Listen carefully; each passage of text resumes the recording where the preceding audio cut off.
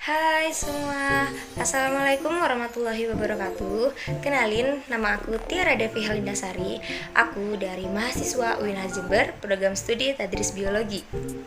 Di sini, aku akan jelasin kepada kalian semua tentang kebijakan pemerintahan yang baru. Ada yang tahu?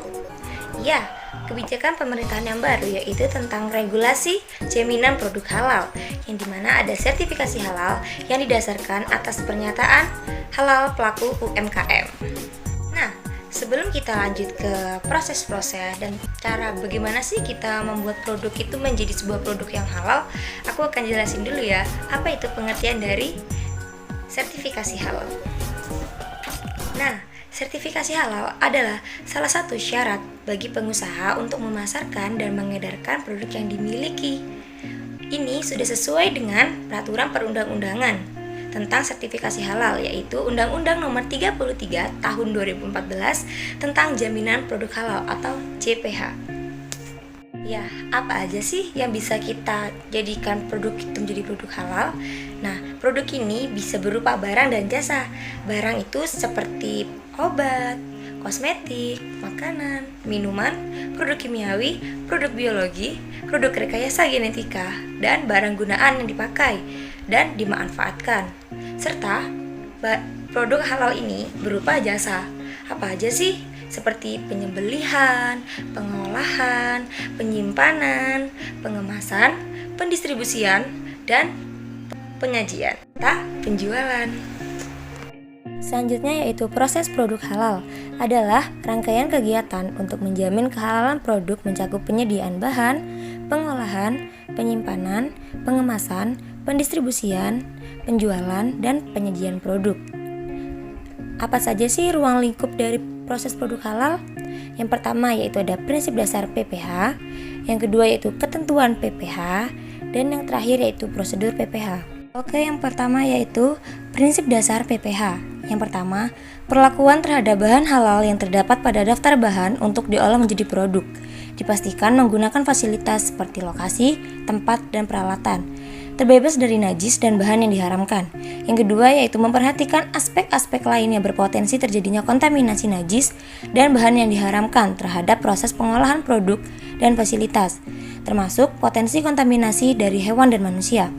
Yang ketiga yaitu melaksanakan proses produk halal dengan menerapkan ketentuan PPH yang terdapat dalam manual SJPH atau terlebih dahulu telah menetapkan prosedur PPH. Usaha wajib memisahkan fasilitas pengolahan antara yang halal dengan yang tidak halal, mencakup yang pertama yaitu penampungan bahan, yang kedua yaitu penimbangan bahan, yang ketiga yaitu pencampuran bahan, yang keempat yaitu pencetakan produk, dan yang terakhir yaitu pemasakan produk dan atau proses lainnya yang mempengaruhi pengolahan produk.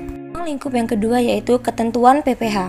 Yang pertama yaitu menjaga lokasi usaha, tempat produksi dan alat yang digunakan untuk produksi bersih, higienis, dan tidak terkontaminasi dengan bahan najis atau bahan yang diharamkan. Yang kedua yaitu menjaga semua fasilitas produksi dan peralatan dalam keadaan bersih atau bebas dari najis, sebelum dan sesudah digunakan yang dibuktikan dengan hilangnya warna, bau, dan rasa dari pengotor dan bebas dari babi. Yang ketiga yaitu menjaga ruang produksi tidak terkontaminasi dengan bahan najis atau yang diharamkan. Yang keempat yaitu melakukan pensucian atau penyamakan pada fasilitas produksi yang digunakan secara bersamaan antara produk yang disertifikasi halal dengan produk yang tidak diajukan sertifikasi halalnya sesuai syariat Islam. Kelima yaitu menyimpan dan memelihara bukti, dan yang terakhir yaitu menetapkan tugas penyelia halal dalam PPH.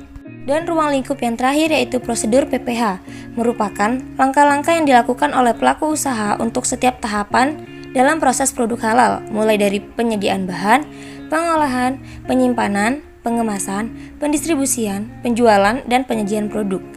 Pelaku usaha wajib memiliki dan menerapkan prosedur pelaksanaan PPH secara tertulis dan terdokumentasi. Prosedur pelaksanaan PPH antara lain yang pertama yaitu penyucian fasilitas sesuai syariat Islam, yang kedua pembelian bahan, yang ketiga yaitu pemeriksaan kedatangan bahan, yang keempat yaitu proses produksi, yang kelima yaitu penyimpanan bahan dan produk, dan terakhir yaitu transportasi bahan dan produk. Pemeriksaan terhadap PPH. Jika terdapat bahan yang diragukan, yaitu bahan yang umumnya termasuk ke dalam bahan yang dikecualikan dari kewajiban bersertifikat halal yang tercantum pada KMA 1360 tahun 2021, namun masih ada perlakuan, tetap perlu dibuatkan penjelasan proses produk halal dengan menuliskan penjelasan proses dari bahan tersebut atau keterangan proses bahan. Dalam hal ini, pendamping PPH harus melakukan pemeriksaan terhadap keterangan proses bahan pada dokumen daftar bahan. Apa aja sih contoh keterangan proses bahannya? Yang pertama yaitu bahan nabati yang diproses secara fisik tanpa adanya penambahan bahan. Contohnya itu seperti minyak atsiri, minyak kayu manis, tepung tapioka, maizena, sagu, tepung beras, dan lain-lain. Yang kedua yaitu bahan nabati yang diproses fermentasi tanpa ada penambahan bahan. Contohnya seperti tape singkong, tempe, dan oncom. Yang ketiga yaitu ikan atau hewan air yang diproses secara fisik tanpa ada penambahan bahan. Contohnya itu seperti ikan atau hewan air kering dan ikan atau hewan air beku. Yang keempat yaitu ikan atau hewan air yang diproses secara fisik dengan adanya penambahan bahan tidak kritis. Contohnya itu seperti ikan asin, cumi asin, udang rebon asin. Yang kelima yaitu berasal dari industri alkohol, bukan dari industri minuman keras, contohnya seperti etanol. Yang keenam yaitu berasal dari mineral logam dan bahan kimia, contohnya itu seperti kemasan aluminium foil. Yang ketujuh yaitu berasal dari udang yang diproses secara fermentasi alami dengan penambahan garam, contohnya itu seperti terasi.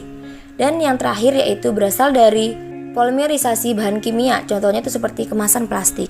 Manfaat dari kita mempelajari produk halal ini, kita bisa tahu, mengerti, dan juga paham terkait pentingnya produk halal untuk dikonsumsi, mulai dari makanan, minuman, kosmetik, dan lain-lain.